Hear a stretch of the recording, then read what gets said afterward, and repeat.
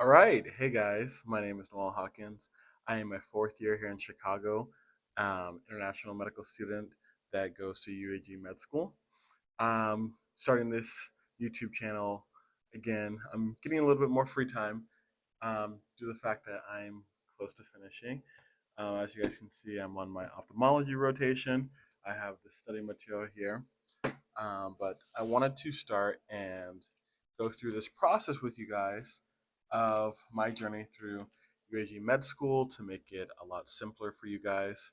Um, just sharing my experiences on how to actually, do this entire process. Going to UAG School of Medicine is a choice that, if it makes sense for you, go ahead and do it. So I want to be very transparent with you guys. If you guys have any other comments about things I'm going to be speaking in this video, just go ahead and let me know. I'm going to try to be as transparent, again, as I said, as possible. But hopefully this makes it very simple for you guys. So without further ado, I'm going to try to get into it. But if you like this content, don't forget to subscribe and just let me know in the comments if you have any further questions.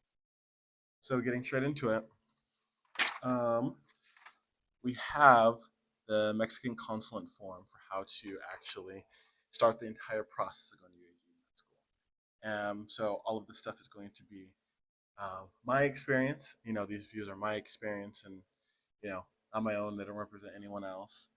And I'm going to be doing this retroactively, so it's 2025. This start of this was in 2021. So some of these procedures might be a little bit different, but it should be relatively the same because I've helped several students throughout this process. So um, first things first, you want to be a doctor and go to medical school, okay? And you're considering UAG School of Medicine an option. I want to say that it's a very unique option. It's very great. It's a four-year program modeled after they're modeled after like U.S. curriculum, so it's very system-based. And the beauty of it is you do 2 years in the beautiful city of Guadalajara, and then you do 2 years in the States if you choose to do so. If you want to like further your Spanish, you can also stay in Mexico for some of your rotations, or they have rotations in Puerto Rico. So you can also go to that USA territory. Typically, it's a little impacted, so I would take that into consideration. But if you want to come back to the United States and do rotations like I did, you typically get your first choice. So they have spots in Arizona, Las Vegas, Nevada, Chicago. That's where I'm at right now, and they have a few spots opening up in Florida, New York, luckily, as well as they offered some rotations this past year in Ohio. But there's a plethora of different rotations that the school offers. You're going to find this all on their website, uag.edu. Afterwards of deciding and narrowing down your programs that you want to go into, you're going to go and be like, okay, so I kind of want to commit to UAG. First things first is you're going to put your application in. They typically require the same requirements as U.S. med schools.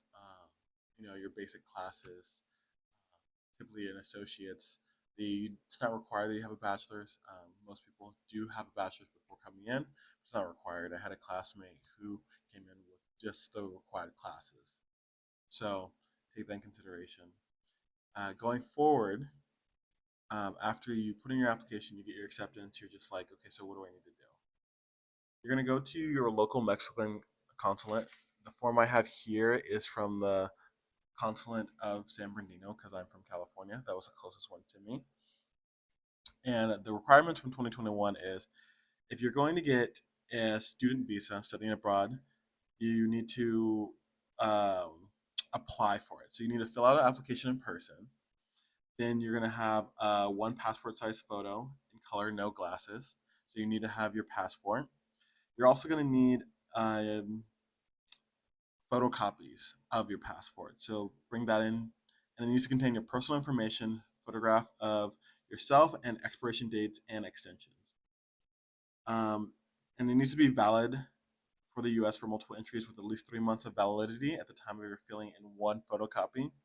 You need a valid I-94 and original in one photocopy, and original acceptance letter from the school, so UAG Medicine.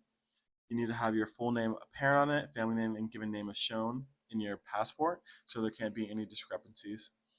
You need a level/degree, specifying the degree or type of diploma, name of program, studios, courses, length of program, tuition fees, total fees, and your full name of your institution.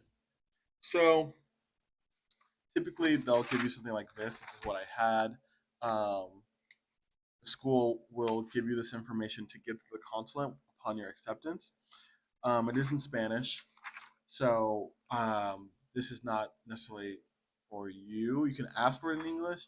Um, at the time of applying to UAG Med School, I didn't really know Spanish, so I just took the form and gave it to them, and there was no questions asked.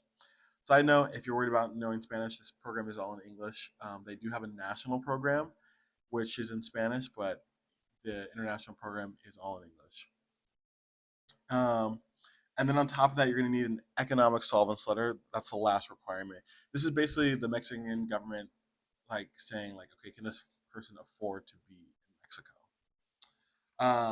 So once you do that, you're going to go ahead and get your You're going to get your approval, and then you have to come back, I believe, in a week.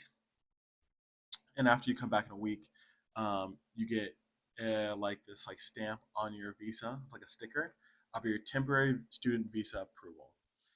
Once you enter into Mexico, you're going to have about 30 days to actually get it finalized. Some students choose to do that themselves. I actually chose to do this through a lawyer. It cost around, I think, 5,000 to 8,000 pesos, if I remember correctly, to get this done. I just didn't want to do with the hassle of all the legality, so I just went ahead and paid someone, and then they had me show up, fill out their forms, then return it a week later. They gave me the card, and it was pretty easy. So pretty seamless process. Again, the forms. Here's an example of the form here. It's going to be in Spanish. You can use your phone, Google Translate, to go through it. There is English on it as well if you have any problems, or you can just ask the school for help. The school is very helpful with the transition process. So then you go ahead and fill out the form. It just asks you, personal information like name, date of place of birth, male, female. Then it just asks you about your email address and basic information just to make sure where you're living and where you're coming from, so the Mexican government can have that on hand. Next, you're going to get a visa, which, a little visa like this. I would always have a photocopy of this on hand just so that if anyone asks for your information or the school needs it, you can just, have photocopies ready. I typically had 2 or 3. That's why you're seeing I have leftovers. But once you go through the entire process, if you choose to do so, then you're going to get an official document from the Mexican government, and then they're going to go ahead and have your approval. Actually, it was cheaper here now that I'm looking through my forms. This is a receipt from the lawyer I did it through, and I paid them 3,500 pesos, so a lot less than what I said. It typically shouldn't be that expensive. Yeah. And then afterwards, when you get to UAG, you get a student ID. So I always have copies of the things that I need. So I have a student ID card. You typically pick that up from the main campus. And yeah, that is the process. Now going into your renewal. So you do have to renew this once a year. So same process, very simple, because the Mexican government already has your information. You just go ahead and you go back in. The second time when I was renewing for my new ID, I did not use a lawyer because I learned enough Spanish at this point, as well as the process is really simple. So you're gonna need an economic solvence letter. Again, you're gonna need to fill out one of these forms. They're called Format Basicos. This is if you do this in person. I highly recommend just making an appointment online through the Mexican government website. And you should get one of these here. And once you get one of these here, you can print it out and then go in for the date of your appointment. I will say this: you need to have all your information correct, because I did this once and my address changed, the apartment number, and I had to redo everything. So the wait times can be kind of like long. You might have to wait 2 weeks. So just make sure everything matches, like every your name, no misspellings, nothing. So make sure you go ahead and have all the information correct. Um, and here is the form for the formal process. So going through it. So if you want it's called an issuance of immigration document renewal. So this is for us, if we're being student. This is applicable to foreign persons holding a temporary residence, and you need to fill out the request form. This is the form that I said before. You can either do it in person or online. And the requirements: you need your temporary resident card, so you need to turn in your original one so that they can renew it, or you can have your student ID, but these have to be original. Then you're going to need the basic form, so either you do it online or in person. You're going to need it says 3 photographs here, but you only need that if you are a child, but we're all adults. You need proof that you'll have payments or you have the right to study, so just bring in a letter from your school. You need the original and a copy, so that's very important. There's a copy center across from the consulate in Guadalajara, but I would just do this beforehand. And then you need to submit documents following the assumption of like why you're there. So it's just asking for proof. So this is a letter that you can get from the school. Just ask, and this is just saying that you are still a UAG student. And then after that, it has a couple different other requirements, but you don't really need them. So like if you were trying to stay, if you had family there, you can bring original documents for that. If you're there for religious purposes, this is not applicable to us, but again, you can find this all on the Mexican government's website. It's the issuance of immigration document for renewal.